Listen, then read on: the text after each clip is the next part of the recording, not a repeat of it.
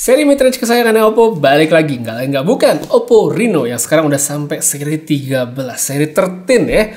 Seri kali ini menurut saya punya experience yang paling dekat sama flagship mereka kayak Find X8 series. Udah tahan air dengan IP69, software-nya bagus, fitur AI-nya banyak, dan dia bisa airdrop ala-ala ke iPhone. Gak pakai lama, langsung aja kita mulai reviewnya. Halo, apa kabar semuanya? Kembali Daud Reza dan ini dia Oppo Reno 13 5G yang saat video ini tayang harusnya sudah resmi launch di Indonesia. Di Oppo Reno 13 5G kali ini saya ngelihat Oppo tuh seperti ingin naikin kelas produknya. Dari sekedar mid-range udah mulai masuk ke teritori upper mid-range yang nyerempet ke flagship. Nah, sebagai gantinya, posisi lama Reno di mid-range itu akan diisi sama Reno 13F series. Indikator pertama udah pasti dari harganya yang naik lumayan. Jadi, Reno 13 5G itu ada dua versi. RAM-nya emang sama-sama di 12GB tapi dengan storage yang berbeda yaitu 256 dan 512. Harganya start di 8.999.000 dan yang tertinggi atau yang versi 512GB itu di 9.999.000 rupiah alias 10 juta kurang 1.000. Oke, saya tahu angkanya mungkin emang kelihatan tinggi. Nah, bedanya sama Reno 12 5G pas rilis kan sebenarnya juga lumayan dan kayaknya emang Oppo sangat berani dan pede nih dengan produk terbaru mereka. Mari kita mulai bahas satu-satu. So, yang pertama, desain dan build quality. Ini adalah dua hal yang pertama meningkat dari Oppo Reno series terbaru. Versi yang saya cobain sekarang ini adalah warna luminous blue yang mungkin kelihatan basic tapi tetap ada sentuhan warna yang menarik sekali di sekitar kameranya. Kayak ada LED warna biru yang nyala padahal sebenarnya ini nggak ada lampunya sama sekali. Yang lebih spesial sebenarnya adalah yang warna terang ya. Saya nggak ada di sini tapi ada gambar-gambaran di mana dia punya motif ala sayap kupu-kupu pas kena cahaya. Itu oke banget sih sebenarnya. Habis itu untuk material pada bagian belakang dia tuh menggunakan kaca, sedangkan frame di sekitar smartphone itu menggunakan bahan aluminium. Build quality solid banget ya, nyaman dipegang apalagi smartphone-nya nggak tebal dan nggak berat. Untuk tombol-tombol standar ya, seperti ada power volume di sisi kanan, di atas dia ada mikrofon, sebelahnya ada infrared buat remote, di kiri dia polos nggak ada apa-apa, di bawah ada mikrofon, ada USB-C dan slot SIM card serta nggak ketinggalan speaker. Habis itu buat yang nanya untuk fingerprint sensor, dia udah ada di layar ya, in-display fingerprint dengan performa unlock yang cepat. Kemudian ngomongin soal IP rating, nah ini juga salah satu hal yang udah mulai jadi kewajiban di seri mid-range ya, zaman now itu udah kayak mulai digembar-gemborkan ya untuk IP rating di kelas mid-range dan Oppo Reno 13 5G nggak ketinggalan. Dia udah punya IP69. Salah satu rating tertinggi yang ada di smartphone saat ini karena dia udah bisa tahan kecebur, kelelep, dan juga tahan dengan air bertekanan tinggi. Tahannya emang tetap ya untuk air tawar aja, bukan air asin kayak air laut. Nah, untuk nambahin experience dari ketahanan airnya tadi IP69, Reno 13 5G juga sekarang ditambahin mode kamera baru namanya mode underwater. Jadi dia bisa dipakai untuk ngambil foto dan video pas kita lagi ada di bawah air, misalnya lagi berenang dan segala macamnya. Mode ini bisa diakses di salah satu opsi kamera yang paling pojok. Nah, ketika aktif, touchscreen yang ada di layar itu akan tidak bisa dipakai, jadi tidak berfungsi sehingga untuk shutter kamera itu semuanya pakai tombol fisik yang mana itu adalah menggunakan tombol volume. Volume atas itu untuk mengambil foto, sedangkan volume bawah itu untuk trigger video. Untuk tombol power ini difungsikan untuk nyalain, matiin layar, serta juga bisa untuk keluar dari mode underwater. Tinggal tekan dan tahan sekitar 3 detik, nanti mode underwaternya bakal langsung off, sekaligus otomatis ngaktifin mode untuk water ejection buat ngeluarin air dari speaker dari mic. Kalau saya biasanya ngulangin prosedur si water ejection itu sekitar 2-3 kali ya untuk bener-bener ngeluarin semuanya. Jadi misal habis berenang ya diaktifin dulu. Nah, yang kurang menurut saya dari underwater mode saat ini itu palingan tidak ada opsi untuk kita menggunakan kamera depan ya, kamera selfie. Jadi kalau pengen selfie misal lagi berenang, pengen foto-foto ya tuh harus pakai kamera belakang, jadi selfie ala Gen Z gitu lah ya yang baru. Dan by the way, satu info tambahan juga diingetin bahwa kalau habis basah, habis kecebur, jangan langsung dicas, jangan langsung dicolokin ke listrik. Nah sekalian, mumpung kita lagi bahas kamera dari smartphone ini, konfigurasi di kamera belakang itu masih sama. Dia pakai 3 kamera, tapi dengan susunan yang berbeda. Sebelumnya, kayak di Reno 12 5G, itu kan 3 kamera vertikal ke bawah. Nah sekarang jadi 2 yang besar, terus ada 1 yang kecil, dan juga ada LED flash. Lensa utamanya diisi dengan resolusi 50 megapiksel, ada ultrawide 8 megapiksel, serta monokrom 2 megapiksel. Nah, yang monokrom ini kalau menurut saya mestinya sih udah nggak perlu ada ya, karena akan lebih keren kalau smartphone ini diisi dengan lensa telephoto. Nggak perlu jauh-jauh, 3x aja sebenarnya udah cakep banget untuk sebuah mid-range seperti ini ya. Semoga next time kita bisa dapetin lensa tersebut. Terus kita pindah sedikit ke depan, di sini dia diisi dengan resolusi 50 megapiksel dan sudah mendukung autofocus. Masuk ke UI kamera, nah ini menarik, soalnya Reno 13 5G ini dibuat mirip sekali dengan flagship mereka. Yang pertama, dari suara shutter kameranya yang dibuat mirip. Coba dengerin ya, ini yang Oppo Reno 13 5G. Nah sekarang yang Find X8 Pro. Ini ya. Mirip kan? Ya agak beda dikit tapi mirip suaranya. Habis itu kita lanjut lagi di sini untuk di bagian foto dan video kita bisa lihat ada opsi Smart Scene juga yang persis seperti di Find X8 series. Hal yang sama juga saya temuin di bagian filter yang sama persis dengan Find X8 series. Jadi secara umum, opsi dan menu kamera di smartphone Reno terbaru ini sudah dibikin mirip banget dengan flagship mereka. Kalau dari presentasinya Oppo, mereka juga sebenarnya ngebahas tentang AI Live Photo. Nah, fitur ini sebenarnya sudah ada di Find X8 series, tapi nggak pernah saya pakai karena nggak ngerasa perlu. Cuma kalau emang kalian pingin, bisa-bisa aja digunakan dan sudah tersedia di Oppo Reno terbaru. Untuk performa dari kameranya, saya harus bilang ini dikasih jempol ya buat si Reno 13 5G. Lensa utamanya bisa dengan mudah dapetin foto-foto yang bagus. Warnanya punya saturasi yang cukup tinggi, typical eye pleasing ya buat posting sosmed. Dan differential luas ya, tidak over. Detailnya saya juga suka karena dia bisa terekam dengan baik pada berbagai macam objek maupun subjek. Tumbuhan, makanan, benda-benda random atau foto orang, hasilnya menurut saya udah oke banget. Opsi untuk 2x ya, zoom digital ini juga menurut saya udah oke hasilnya selama ekspektasi kita tidak ketinggian. Detailnya mungkin bisa kelihatan oke, tapi bisa juga kelihatan banget olahan software. Jadi emang harus di-manage ekspektasinya karena ini bukan lensa telephoto. Lanjut untuk lensa ultrawide, oke, ya dia standar bisa ngambil foto yang lebih lebar, nggak bisa dibilang jelek sama sekali karena dynamic range-nya oke.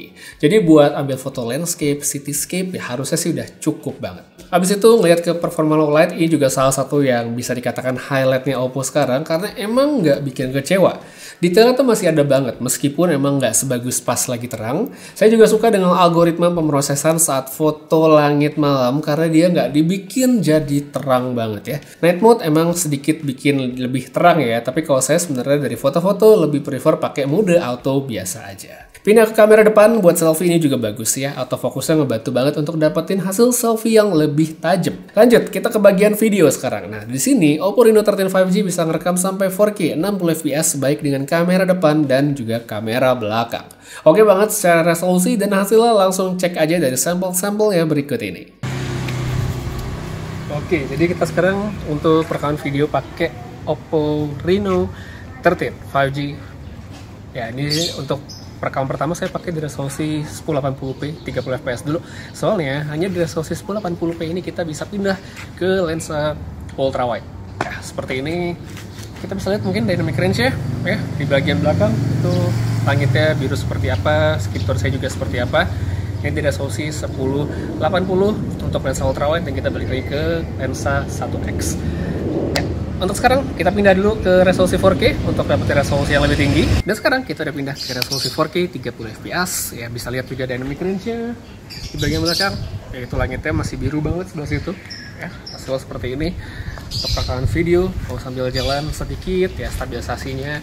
Ini jarak saya kurang lebih sekitar 1 meter dari smartphone-nya. Jadi untuk audio juga bisa langsung didengar. Kalau kita muter ke sebelah sini, autofokusnya coba. Oke, menurut kalian gimana untuk rekaman video dari Oppo Reno 13? Kalau yang saya lihat ya preview sih tadi oke ya untuk rekaman video dari dynamic range bisa ketangkap dengan baik, detail juga oke. Nah habisnya kita pindah ke kondisi berikut ya. Nah lanjut lagi sekarang ini untuk kamera depan dari Oppo Reno 13 5G. Dia bisa resolusi 4K 30 fps dan ini dia bisa ngatur fokalnya juga jaraknya. Ini yang 0,8x tulisannya. Dia untuk yang lebih wide ya, dynamic range-nya diangkat banget sih, diangkat banget.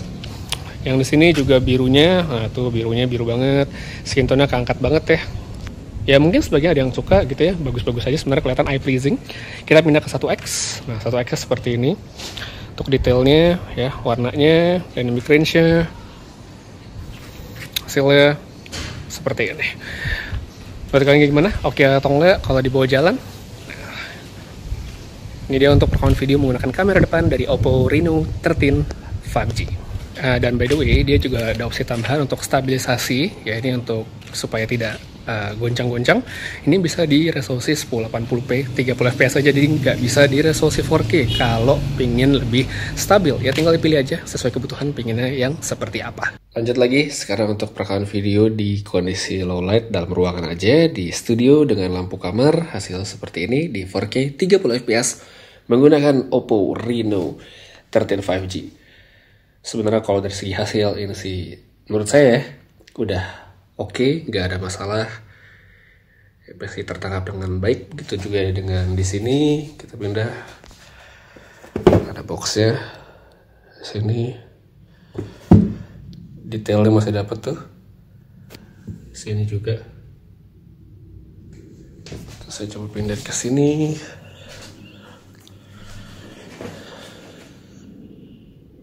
Masih bagus ya untuk hasil perekaman videonya dari Oppo Reno 13 5G. Oke. Sekarang saya coba pindah ke kamera depan. Nah, sekarang untuk kamera depan dari Oppo Reno 13 5G, kondisinya dalam ruangan aja untuk situasi low light. Ini pencahayaan lampu kamar, hasilnya sebenarnya masih oke banget ya, masih bisa diterima banget untuk perekaman video di resolusi 4K 30 fps. Hasilnya seperti yang bisa dilihat sekarang. Saya coba matiin satu lampu lagi deh, biar mungkin lebih gelap sedikit. Nah, ini kalau lampunya dimatiin lagi ya, jadi cuma ada satu lampu yang situ yang kecil. Ya, hasilnya seperti ini. Menurut kalian gimana? Oke atau enggak? Silahkan tulis saja pendapatnya di kolom komentar. Ya, habis bahas kamera, sekarang kita lanjut ke bagian bahasan berikutnya, yaitu kita ngomongin hardware dan juga software dari Oppo Reno 13 5G. Layar di smartphone ini cukup besar di 6,59 inci, dia udah pakai panel AMOLED, resolusi 1.5K Super HDR10+. Itu semua dikemas dengan bezel simetris yang cukup tipis sehingga membuat smartphone-nya punya tampilan yang kelihatan lebih premium, dan saya suka layarnya tuh flat, nggak pakai curve. Sedikit tips untuk dapetin visual terbaik, jangan lupa untuk ganti resolusi layar di menu setting. Jadi bawaan atau defaultnya smartphone ini pas baru keluar kotak, itu ada di resolusi standar, nah tinggal ganti ke high aja. Habis itu untuk warna preset awal itu ada di vivid, kalau merasa kegonjrengan tinggal ganti aja ke yang natural. Overall untuk layar ini udah oke banget untuk pakai multimedia sehari-hari, nggak ada komplain, sip banget. Habis itu untuk chipset, di sini dia pakai Dimensity 8350, RAM-nya 12GB dengan 2 pilihan storage. Nah ini sebenarnya adalah chipset yang kenceng dan sebenarnya bisa dapat angka yang tinggi sampai 1,3 juta di Antutu kalau saya pakaiin kipas, dan sekitar 1,1 jutaan tanpa menggunakan kipas. Untuk navigasi dan pemakaian harian sih udah lancar banget, apalagi kalau OS makin kesini makin bagus, animasinya juga makin smooth, enak banget saat dipakai. Baterainya juga oke dari pemakaian saya, seharian standby itu aman banget dengan kapasitas 5600 mAh-nya. Screen on time di atas 7 jam bisa aja, nggak masalah. Terus untuk ngecas dia udah SuperVOOC 80 watt yang bisa diandelin. Saya cobain di sini dari 1% sampai 100% itu hanya butuh 1 jam lebih dikit doang. Lanjut lagi ngebahas soal performa. Pada pemakaian yang lebih intens seperti untuk ngedit atau ekspor video di CapCut, nah ini juga bisa berjalan dengan lancar dan cepat. Untuk video 1 menit resolusi 1080p itu bisa dirender dalam 17 detik. Sedangkan untuk video 4K dengan durasi yang sama yaitu 1 menit itu dirender dalam 40 detik. Mau lebih cepat lagi, sebenarnya bisa banget. Kita tinggal aktifin mode high performance yang ada di settingan smartphone ya. Dengan ini kita bisa lihat ada selisih waktu yang lebih cepat untuk melakukan tugas yang sama. Nah, mode high performance begini juga ngebantu banget pengalaman saya ketika kita gunakan untuk main game demi mendapatkan performa lebih optimal gitu dari segi FPS yang lebih stabil. Contoh, misal buat main Mobile Legends, setting mentok kanan ultra itu bisa aja. Selain itu, Oppo juga di sini punya fitur AI yang namanya Adaptive Frame Booster, atau simpelnya ini untuk mengoptimalkan FPS selama kita main game. Fitur ini sementara baru support untuk game Mobile Legends, ada PUBG Mobile dan juga Free Fire. Yang lain sementara belum dulu, jadi kalau misal mau main Genshin, mau main Zenless Zone Zero, main Wuthering Wave, ya itu belum bisa pakai fitur yang satu ini. Dan by the way, untuk game-game lain ya performance-nya menurut saya udah mencukupi banget. Ya selama tidak dengan settingan rata kanan ya untuk game dengan grafis yang lebih tinggi. Tapi secara umum sebenarnya performance-nya udah sangat memuaskan. Satu lagi, sekarang kita ngomongin seputar fitur AI. Jadi di Oppo Reno 13 ini sebenarnya udah cukup banyak tersedia. Fitur seperti AI Studio ya sebelumnya udah ada di Reno 12 5G. Nah itu masih bisa digunakan di Reno yang terbaru ini dan fungsinya pun semakin ditingkatkan. Yang saya suka itu ada namanya Reimagine yang bisa mengubah foto sesuai preset yang disediakan. Hasilnya tuh cukup detail dan nggak asal-asalan. Jadi salah satu filter yang saya suka itu adalah filter manga yang mana look saya tuh Ghibli banget. Saya cobain di sini foto-foto ya kayak contoh ini foto istri saya megang boneka tapi bisa dikonversi lewat AI dengan sangat baik. Palingan saya lihat sih jarinya aja suka nambah ya jadi lebih dari 1, lebih 2 gitu. Tapi ya minor dan harusnya bisa segera fix kalau nanti fitur AI-nya di-update lagi. Untuk fitur AI Eraser untuk ngapus ini masih ada, bisa bekerja dengan baik. AI Clarity, AI Unblur ini juga masih tersedia untuk bisa kita maksimalkan di smartphone ini. Oppo emang ngasih tahu kalau fitur AI Unblur, AI Clarity ini kan untuk najemin foto yang kurang tajam gitu. Mungkin foto jadul kita pengen dibikin lebih keren dan segala macam. Tapi saya juga menemukan satu penggunaan lain yang menyenangkan yaitu buat najemin screenshot dari game. Jadi kalian misalnya suka main game, ada momen tertentu kalian pengen screenshot jadi wallpaper. Nah ini bisa banget kita tinggal ya crop sesuai keinginan kita pakein AI Clarity dan boom, jadi hasilnya.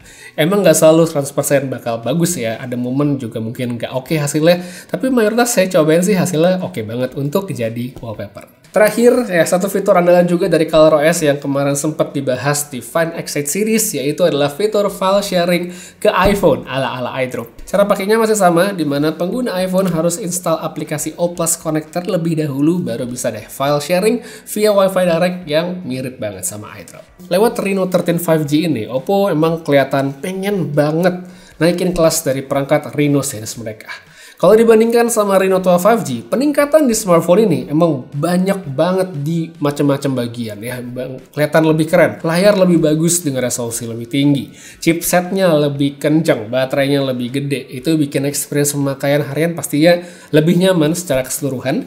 Softwarenya udah kayak flagship, IP ratingnya lebih tinggi, build quality perangkat meningkat, ada mode underwater, kameranya juga lebih oke. Secara keseluruhan, smartphone ini sebenarnya udah oke banget. Ini menurut saya adalah produk yang bagus.